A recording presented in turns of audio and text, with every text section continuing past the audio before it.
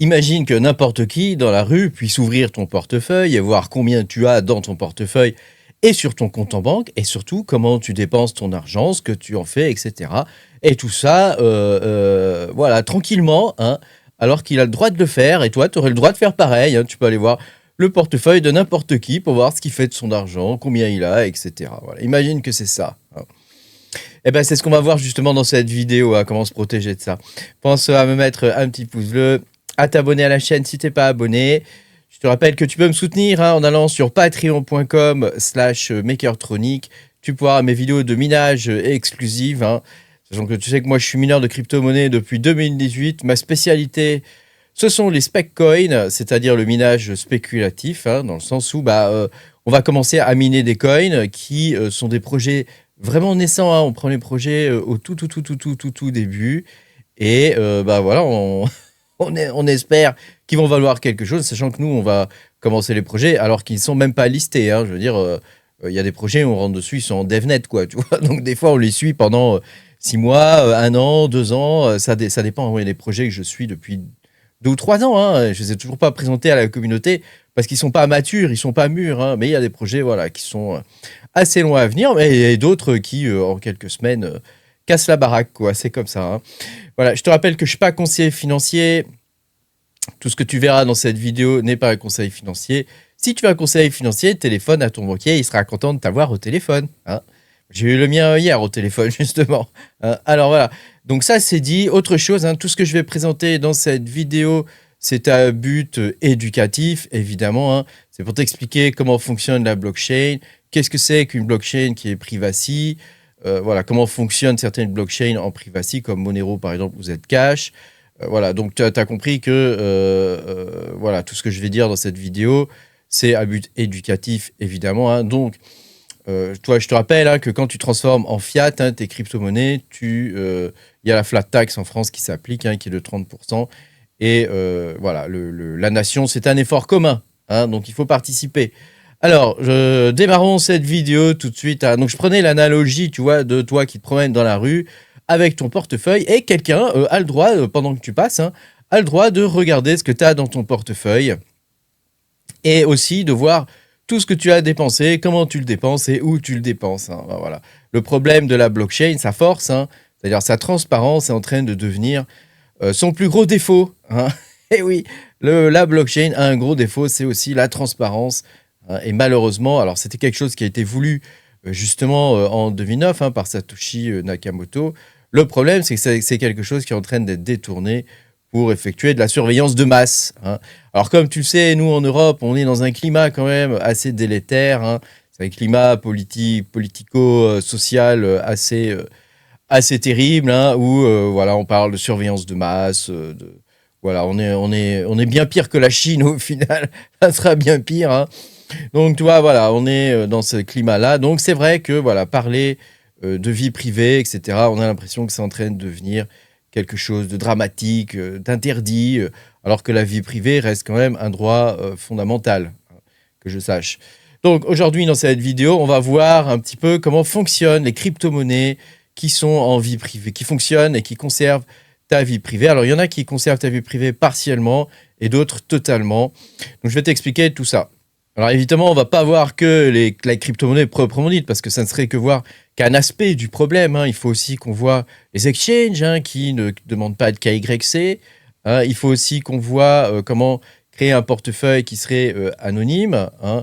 Voilà, on va voir aussi le fait qu'il ne faut pas utiliser d'outils de mixage, hein. C'est une très mauvaise idée. Ce sont la plupart du temps les truands qui utilisent ces outils-là. Donc si toi, tu mixes tes coins avec ces gens-là, eh ben, tu vas mixer tes coins avec des coins sales, quoi, tu vois, toutes sortes de trucs terribles, quoi. Donc bon, il ne faut pas utiliser les mixeurs, mais on en parlera un petit peu plus loin dans la vidéo. Le fait d'utiliser un VPN, etc., voilà.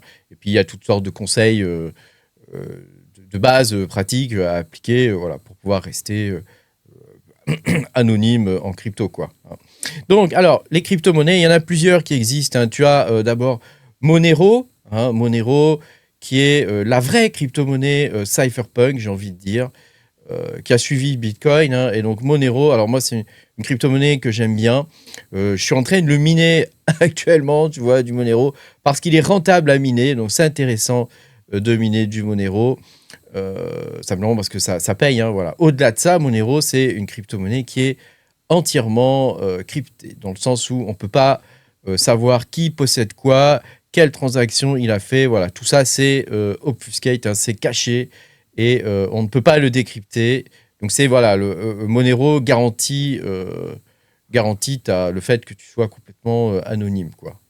Là-dessus, il n'y a pas de souci. Après, tu as des crypto-monnaies comme Zcash. Hein. Tu sais qu'en ce moment, tu as vu hein, au niveau des prix des crypto-monnaies anonymes, hein, il y a une véritable hype qui est lancée depuis quelques semaines. Hein, et c'est quelque chose qui est normal, hein, puisque voilà, le monde actuellement, comme je t'expliquais, hein, voilà, ça devient difficile de vivre tranquillement, quoi. On a envie de dire, quoi.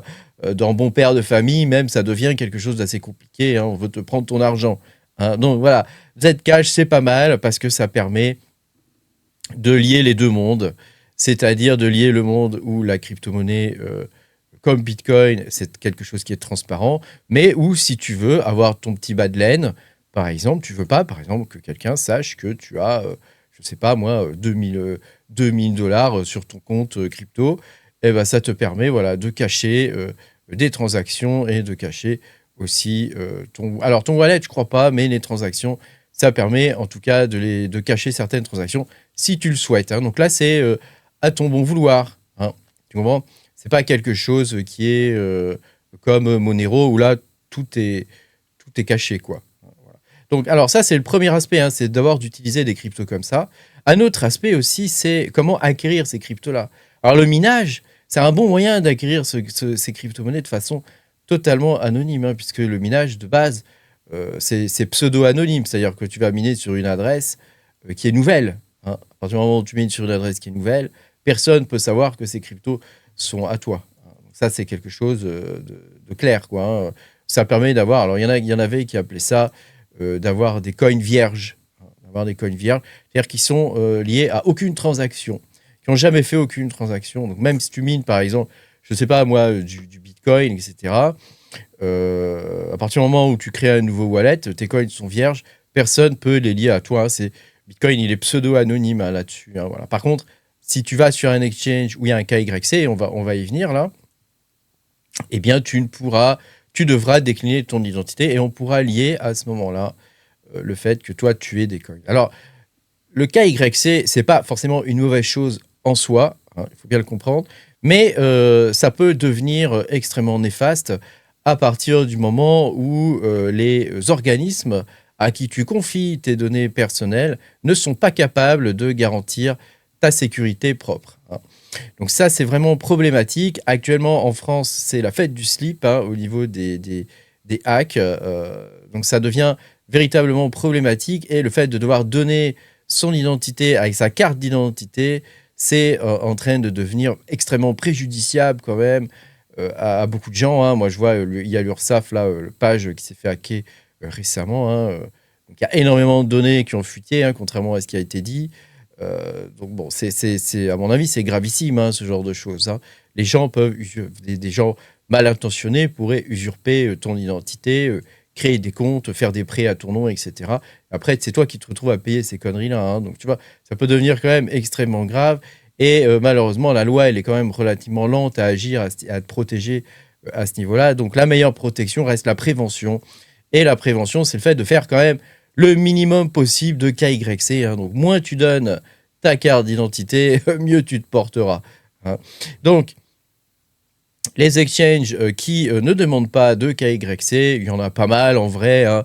Il y en a même beaucoup. La majorité d'ailleurs des exchanges ne demandent pas ta carte d'identité. Voilà. Seuls quelques exchanges qui sont régulés, comme Binance ou je sais pas, Kraken, tu vois, ou des trucs comme ça, demandent ta carte d'identité. Donc bon, après, c'est toi qui vois. Moi, j'ai KYC aussi, hein, c'est normal. Hein. Mais voilà, il faut choisir où tu veux KYC. Moi, j'ai choisi Kraken, par exemple, parce que je trouve que c'est un exchange qui est extrêmement ancien. Il n'a jamais été hacké, il n'y a jamais eu de problème de sécurité ni rien. Donc voilà, on va dire que ma confiance va plutôt chez eux. Alors, dans les exchanges qui n'ont pas de KYC, il y a CoinEx. CoinEx qui est un exchange qui est pas mal. Voilà, moi je l'aime bien. Je le fais, je l'utilise de temps en temps, hein, pas tout le temps évidemment, hein, parce que tu sais, j'utilise un peu de tout. Hein. Mais CoinEx est pas mal et il n'y a pas besoin de KYC pour des sommes normales, quoi. Voilà. Ensuite, il y a MEXC hein, qui est le plus connu, évidemment. Hein. Donc MEXC, il n'y a pas besoin de KYC. Hein. Je te rappelle que Bitcoin, en 2020 ou 2021, tu pouvais échanger jusqu'à 10 Bitcoins, je crois, sans KYC hein, sur Binance. Mais depuis, les régulateurs sont passés par là. Et maintenant, tu peux même plus avoir de compte sans KYC. Voilà, c'est un peu tristouné, quoi. Voilà, après, il y a toutes sortes d'exchanges exotiques.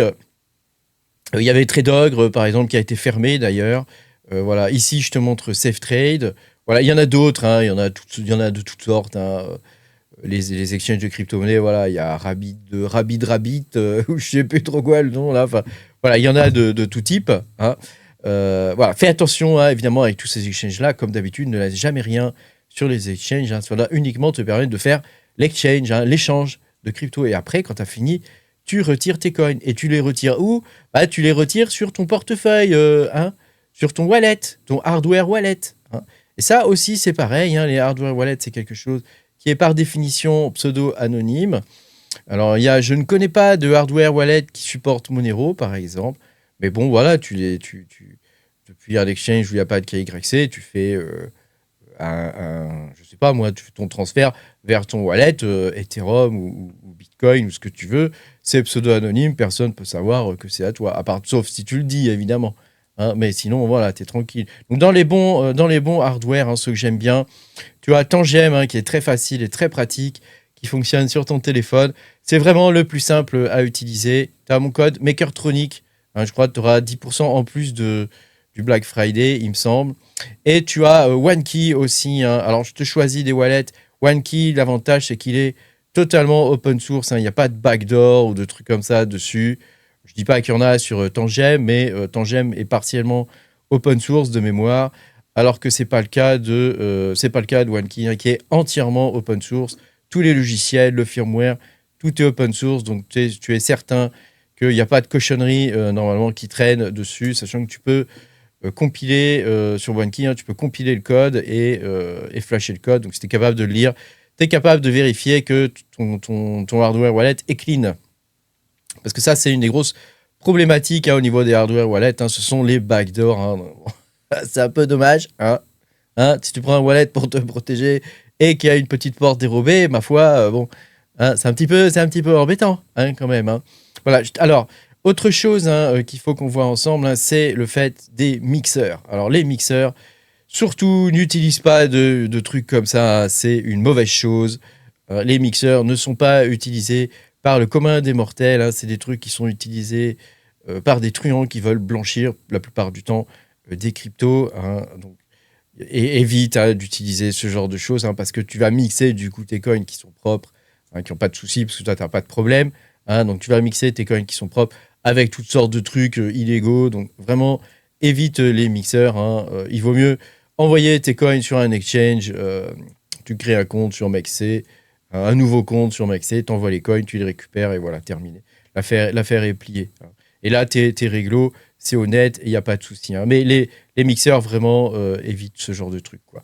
Autre chose, hein, pour rester anonyme en crypto, bah, c'est la base de la base, hein, c'est d'utiliser un VPN no-log. Hein, voilà. Donc, a priori, Proton VPN est pas mal. Il y a eu un scandale il y a quelques années où ils ont, sur une décision de justice, je pense qu'ils sont obligés, et ça me paraît logique, hein, à partir du moment où il y a des présomptions, bon, ça me paraît logique, mais a priori, normalement, si c'est juste pour préserver ton anonymat, ce dont tu as le droit de faire, hein, je te rappelle, hein, tu as Proton VPN me paraît pas mal. Après, si tu as des démêlés avec la justice et tout ça, c'est une autre affaire. Là, par contre, mon gars, je peux pas t'aider, hein, mais là-dessus, normalement, il n'y a pas de souci. Moi, je l'utilise, pas au quotidien, mais j'utilise de temps en temps.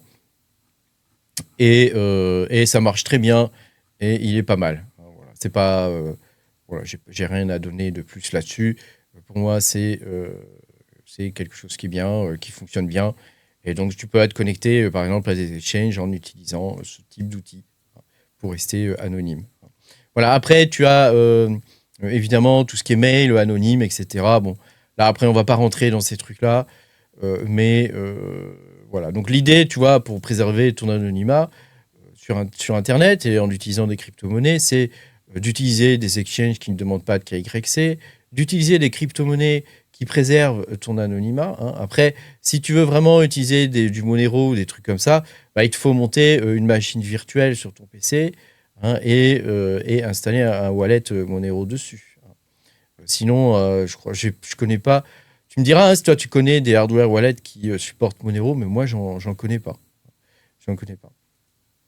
Alors comme tu peux le voir, hein, tous ces coins privacy, ils sont quand même pas mal à la mode. Hein. Là on peut voir le ZEC. Hein. Le ZEC, je t'avais prévenu, je crois on était dans les 200 ou 300 dollars, il me semble. Hein. J'avais fait une vidéo où je t'avais dit qu'il avait monté à 10 000 dollars. Enfin non, c'était pas moi qui avait dit ça, c'était les prévisions d'un gars. Hein. Mais effectivement, tu vois qu'il est quand même monté à 758 dollars en pic, hein, quand même, hein, ce qui est pas mal, hein, mine de rien, hein, pour un coin comme ça. Hein. Donc ça se mine avec des ASIC. Autre chose, hein, et évidemment, hein, c'est que si tu veux vraiment des coins qui fonctionnent bien dans l'esprit cypherpunk, etc., qui préservent ton anonymat, ce sont tous des coins en proof of work. Hein. Il n'y a pas de coins en proof of stake qui peuvent véritablement préserver ton anonymat, parce qu'à ce moment-là, il est toujours impossible d'intervenir sur les nodes, hein, et ça, malheureusement, c'est quelque chose, tu vois, qui peut passer hors de contrôle du truc. Donc, rappelle-toi, hein, le proof of work reste une garantie essentielle au niveau de la sécurité du coin et des transactions. Hein. Donc là, ici, tu peux voir le ZEC, hein, qui a bien pumpé. Ici, on a le Monero. Hein. Le Monero qui nous fait un pump à chaque bull run, en vrai. Hein. On en avait eu un joli, là, où il était monté en 2021 à plus de 500 dollars. Là, il est monté à 470 dollars. Il est très rentable à miner actuellement. Hein. Si tu vas sur hashrate.no, tu verras que en termes de mining, donc ça se mine avec des processeurs. Hein. En termes de mining, actuellement, c'est un des plus rentables. Donc, je ne sais pas si on tape 7950, c'est ce que j'ai comme processeur. Donc bon, là, c'est Etika, mais tu vois, Monero, voilà, il rapporte. Bon, alors, ça ne consomme pas 230 watts. Hein. Donc là, les revenus sont un peu faux, hein, évidemment. Mais voilà, ça reste... voilà. Tu peux compter sur quelque chose comme à peu près 30 ou 40 centimes par processeur par jour en termes de gains. Donc ça peut être pas mal, moi je dis, à miner. Merci beaucoup d'avoir regardé cette vidéo. J'espère que tu auras appris des trucs. Rappelle-toi qu'il y a la flat tax, hein, et qu'il faut la payer. Et moi je te dis à bientôt pour de nouvelles aventures. Salut!